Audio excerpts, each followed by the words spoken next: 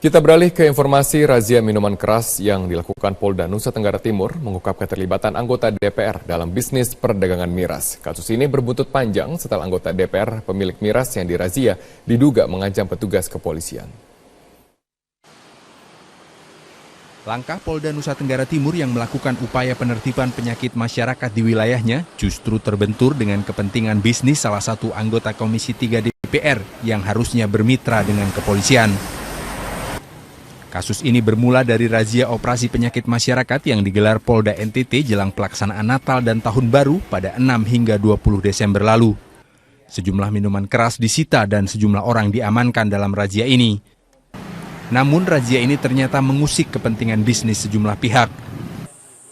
Kepala Subdirektorat 2 Direktorat Narkoba Polda NTT AKBP Albert Neno mengaku diancam dan mendapat SMS berisi perkataan kasar dari pihak yang diduga merupakan anggota Komisi 3 DPR Dapil NTT Herman Heri. Diduga Herman tidak terima atas razia dan penyitaan minuman keras yang dijual di tokonya di wilayah Kupang.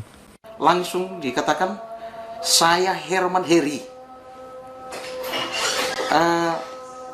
Kenapa kamu mau tutup usaha saya? Saya merasa terkejut. Siapa yang kasih tahu bahwa usaha Bapak mau ditutup? Kemudian saya masih kejar yang bersangkutan. Tolong beritahukan yang orangnya, yang bersangkutan. Tolong sampaikan yang bersangkutan. Pertemukan dengan saya supaya saya tahu siapa. Tetapi dia tidak memberikan jawaban yang baik.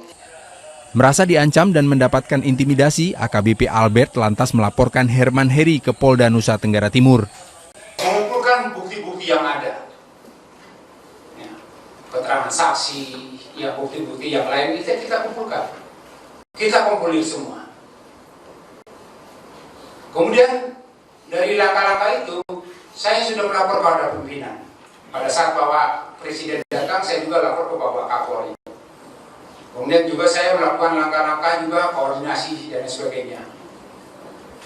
Di mana perkara ini, ya kita akan kumpulkan bukti-bukti yang ada.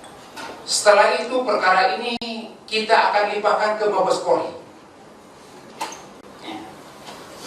Kita limpahkan ke Mabes Polri karena saya sudah koordinasi. Supaya apa? Supaya dalam rangka pemanggilannya cepat, ya. Supaya proses nanti koordinasinya lebih cepat lagi.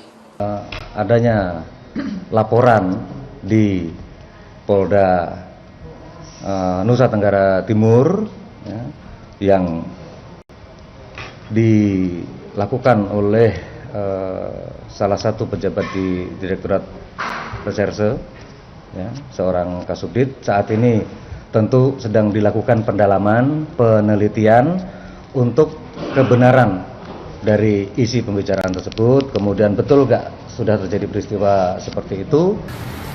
Tidak hanya diproses secara hukum, kasus pengancaman dan intimidasi yang diduga dilakukan oleh Herman Heri juga dilaporkan ke Mahkamah Kehormatan Dewan. Laporan ke MKD disampaikan oleh Forum Pemuda dan Mahasiswa Nusa Tenggara Timur pada 30 Desember lalu. Tim Liputan